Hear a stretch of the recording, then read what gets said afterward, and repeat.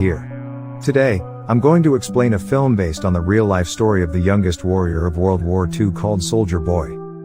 Spoilers ahead. Watch out and take care. The movie begins in Russia, where a family of 3 sit by the river, enjoying their time. The youngest of them, Sergei Aleshkov, boasts to his elder brother and mother about him being on top of a tree, when suddenly, German fighter jets fly overhead.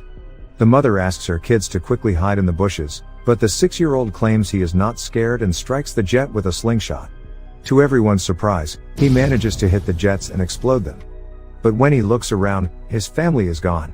Sergei wakes up frightened from the dream and calls for his mother. Just then, someone knocks on his door.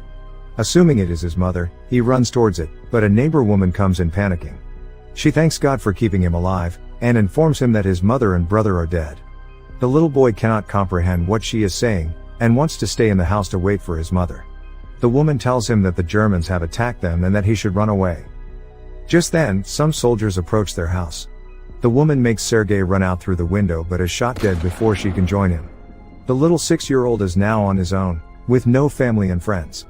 As Sergei runs away from the house, he sees his whole neighborhood burning behind him. He calls for his mother in vain, and runs away from there. After running for a while, he ends up in the middle of the woods. The little kid starts to call for his mother to come and get him, because he is lost. That night, he stays in the jungle. The following morning, we see him drink water from a river, when the enemy soldiers approach his way. Sergei, knowing that they are dangerous, quickly hides inside a tree's roots. He is startled when a snake comes nearby, but doesn't utter a word or run away. Sergei is more scared of the soldiers than of the snake. The soldiers eat by the river and go away, after which Sergei takes their leftover food and devours it for the night.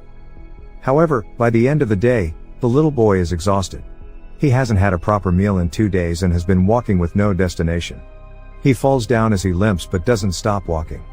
While on his way, he sees wild berries and devours them, but just then, an explosion occurs behind him, taking him by surprise.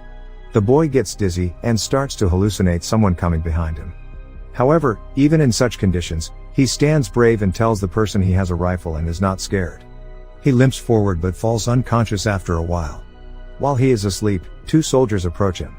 The scene cuts to the Russian army base where Commander Kuznetsov waits for his patrol soldiers. They come in with the little kid who is injured and weak. When the soldiers claim they are on his side, the little boy opens up and introduces himself. The soldiers laugh when the kid shakes his hand with the commander, suggesting he introduce himself too. The soldiers feel affectionate with the little kid, and circle him around. They make him drink water and feed him. Even the otherwise cold commander takes care of the kid. A nurse named Katya dresses Sergei's wounds, and is charmed by his personality too. The kid asks her to draw a tank on his wounds, because he wants to be a soldier when he grows up. Even the injured soldiers talk to the kid, and feel lighter. Sergei is fascinated with the commander's gun and his badge. The commander too answers all the little boy's questions, and lets him play with his honorary pistol after taking the bullets out. Sergei shows him the tank drawn on his stomach, and boasts about being a soldier himself. The boy is healing very quickly. The nurse Katya asks the commander to let the boy stay with the battalion, but he disagrees, claiming that it won't be safe. He wants to send Sergei to an orphanage. The soldiers spend all their free time with Sergei. He is visited by many throughout the day. They bring him food sent by their families from afar, and even let him play with their binoculars. One day, a soldier goes to the commander to ask him to let the boy stay with the battalion. The soldiers have grown a close connection with the kid, and think of him as their own. His presence takes the weight of war off their chest. However, the commander is adamant about sending the boy to the orphanage, for his own safety. The following day, the enemies attack, and many soldiers are hurt. A vehicle comes to fetch Sergei to take him to the orphanage. The commander breaks the news to the kid, and gives him a wooden honorary pistol as a gift. The boy in turn hugs him, claiming that he is scared for the commander's safety. The commander melts in his embrace, and changes his mind. He asks Sergei to stay with the soldiers as his son. That night, the soldiers look for little soldier clothes for the little boy. They are over the moon to have Sergei stay with them. The commander wakes Sergei up and gives him the clothes. He wears them and runs around, looking like a real soldier. The others start calling him their little soldier boy. As the kid runs around, the Germans launch an air attack on the battalion. The soldiers quickly take Sergei to a safe place and fight the others. The number of injured soldiers grows rapidly. Sergei wants to make himself useful, so he brings water to thirsty soldiers. One of them asks him to read a letter sent by his family because he has a bandage over his eyes. The little boy wants to help, but doesn't know how to read. He takes the letter and starts making up the things written on it, claiming that the soldier's cow is safe back home. When the soldier says he doesn't have a cow, the others tell him to go along with the story and laugh. He reads everyone else's letters in the same fashion and cheers them up. In the following scene, we see Katya and the commander talking. The two seem to be attracted to each other, but do not confess their feelings. Later, Sergei tells the commander that he is of the orderly position in the battalion and starts introducing himself as one.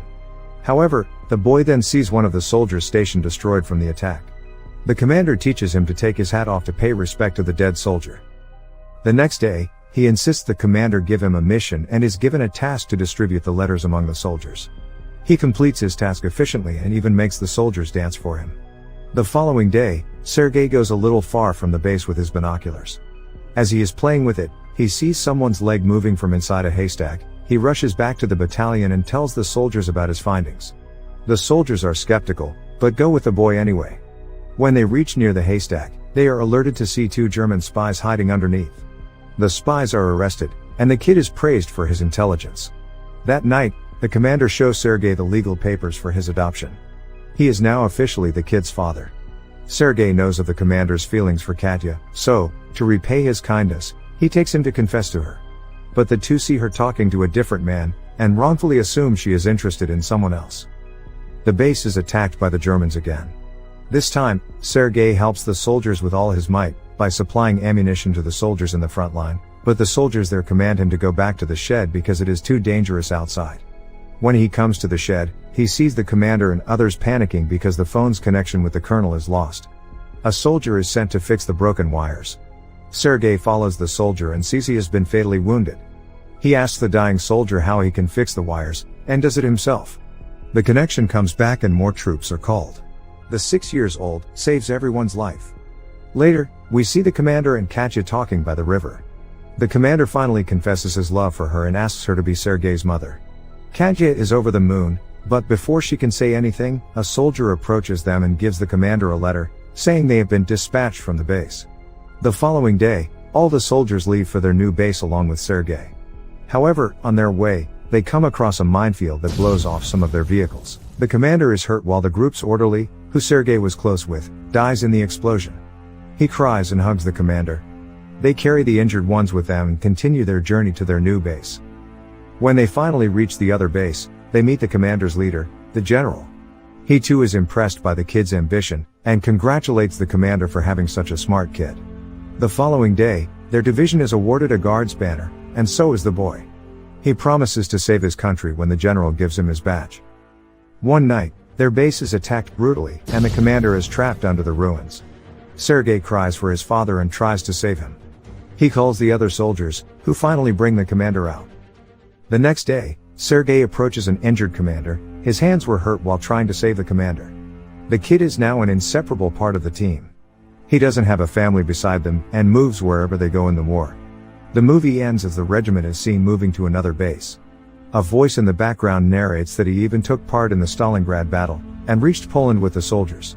He is currently known as the world's youngest soldier ever, and the legendary story of his bravery is now spread for the whole world to hear.